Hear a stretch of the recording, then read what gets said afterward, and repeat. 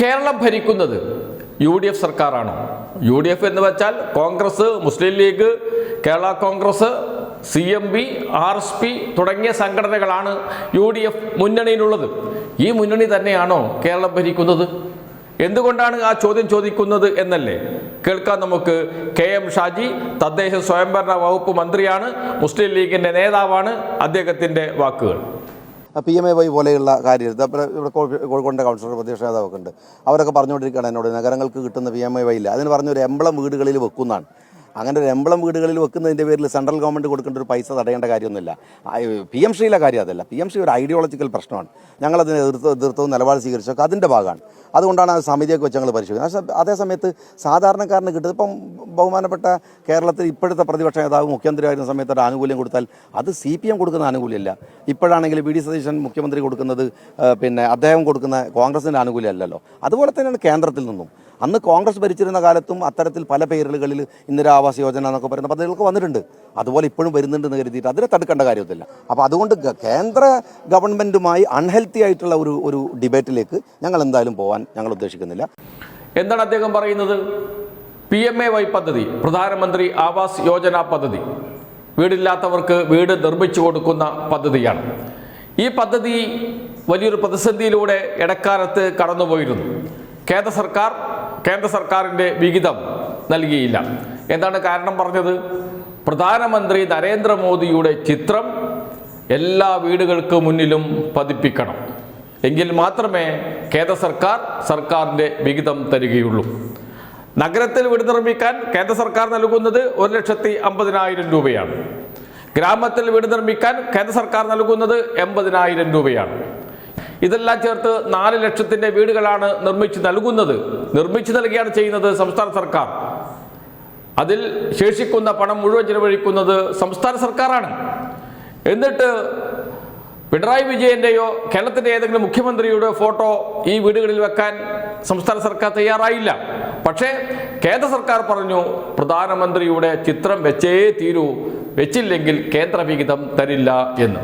വേണ്ട പോട്ടെ എന്ന് പറഞ്ഞു സംസ്ഥാന സർക്കാർ. നിങ്ങളുടെ വിഹിതം വേണ്ട എന്ന്. കേൾക്കാം പിണറായിയുടെ വാക്കുകൾ. തർക്കമായിട്ട് നിൽക്കുന്ന ഒരു കാര്യം മാത്രമേ ഉള്ളൂ. നമ്മുടെ ഈ ലൈഫിൻ്റെ ഭാഗമായിട്ട് ഏറിയ തോതിൽ കേന്ദ്ര ഗവൺമെൻറ് നൽകുന്നത് 1,500 രൂപയാണെന്ന് തോന്നുന്നു. അപ്പോൾ അതിനകത്ത് 2,500 രൂപ അല്ല 1,50,000 രൂപ 2,50,000 കൊടുക്കേണ്ടത് സംസ്ഥാന ഗവൺമെൻറ്റാണ്.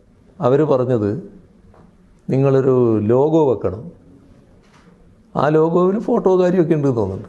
അപ്പോൾ ഞങ്ങൾ പറഞ്ഞു അത് ശരിയല്ല, ആ വീട് അവരതാണ്, അവരുടെ അഭിമാനത്തെ ചോദ്യം ചെയ്യുന്ന ഒന്നും അതിൻ്റെ മുമ്പിൽ പ്രദർശിപ്പിക്കാൻ പാടില്ല എന്നാണ് ഞങ്ങളുടെ അഭിപ്രായം. പക്ഷെ അവർ നിർബന്ധിച്ചു നിന്നു. അവസാനം ഒരു ഘട്ടത്തിൽ അതിൻ്റെ ബന്ധപ്പെട്ട മന്ത്രിയുമായിട്ട് സംസാരിക്കാനിടയായി. അപ്പോൾ തീർത്ത് പറഞ്ഞു അത് അങ്ങനെ ഒരു കാര്യം ഞങ്ങൾക്ക് അംഗീകരിക്കാൻ കഴിയില്ല. അപ്പോൾ സഹായം തരാൻ പറ്റില്ല എന്നൊരു സഹായം തന്നില്ലെങ്കിൽ വേണ്ട അത് ഞങ്ങൾ വെക്കും, ഞങ്ങൾ ഏതായാലും ഈ കാര്യം ചെയ്യില്ല എന്നിപ്പോൾ തീർത്ത് പറഞ്ഞിട്ടുണ്ട്. അവരാണ് പുനരാലോചിക്കുമെന്നാണ് പ്രതീക്ഷിക്കുന്നത്. കാരണം ഒരു ന്യായവാദിനില്ല. ഇതിൻ്റെ പണം ചെലവിടുന്ന കാര്യം മാത്രമല്ല, ഈ ആളുകളുടെ അഭിമാനത്തെ വ്രണപ്പെടുത്തുന്ന ഒരു ബോർഡ് അതിൻ്റെ മുമ്പിൽ വെച്ച് ഇതാരോ കൊടുത്തൊരു വീടാണ് എന്നൊരു പ്രതീതി ഉണ്ടാക്കാൻ പാടില്ല എന്നുള്ളതാണ് സംസ്ഥാനം കാണുന്നത്. ഇപ്പോൾ KM ഷാജി പറയുന്നത്, തദ്ദേശ സ്വയംഭരണ വകുപ്പ് മന്ത്രി പറയുന്നത്, UDF സർക്കാരിലെ മന്ത്രി പറയുന്നത് പ്രധാനമന്ത്രിയുടെ ചിത്രം എല്ലാ വീടുകളിലും വെക്കാൻ പോവുകയാണ് എന്നാണ്. അത് എങ്ങനെ തടയും എന്നാണ്. നേരത്തെ കോൺഗ്രസ് ഭരിക്കുന്ന ഘട്ടത്തിൽ അത്തരം നിർദ്ദേശങ്ങൾ വരാറുണ്ടല്ലോ.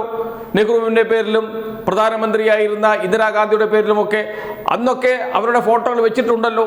പിന്നെ എന്തുകൊണ്ട് പ്രധാനമന്ത്രിയായ നരേന്ദ്രമോദിയുടെ ഫോട്ടോ വെച്ചുകൂടാ എന്ന് ചോദിക്കുന്നത് KM ഷാജിയാണ്, K സുരേന്ദ്രനല്ല. KM ഷാജിയിലേക്ക് K Surendran ആവാഹിച്ചിരിക്കുന്നു. നമ്മുടെ മുന്നിൽ നിൽക്കുന്നത് KM ഷാജിയാണ്, തദ്ദേശ സ്വയംഭരണ വകുപ്പ് മന്ത്രിയാണ്, മുസ്ലിം ലീഗിൻ്റെ നേതാവാണ്. നമ്മൾ കാണുന്നത് KM ഷാജിയെയാണ്. പക്ഷേ യഥാർത്ഥ KM ഷാജിയല്ല. KM ഷാജിക്കുള്ളിൽ അല്ലെങ്കിൽ KM ഷാജി ആവാഹിച്ചിരിക്കുന്നത് K സുരേന്ദ്രനെയാണ്, BJP നേതാക്കളെയാണ്. അതുകൊണ്ടാണ് BJP നേതാക്കളുടെ സ്വരത്തിൽ സംസാരിക്കുന്നത് KM ഷാജി.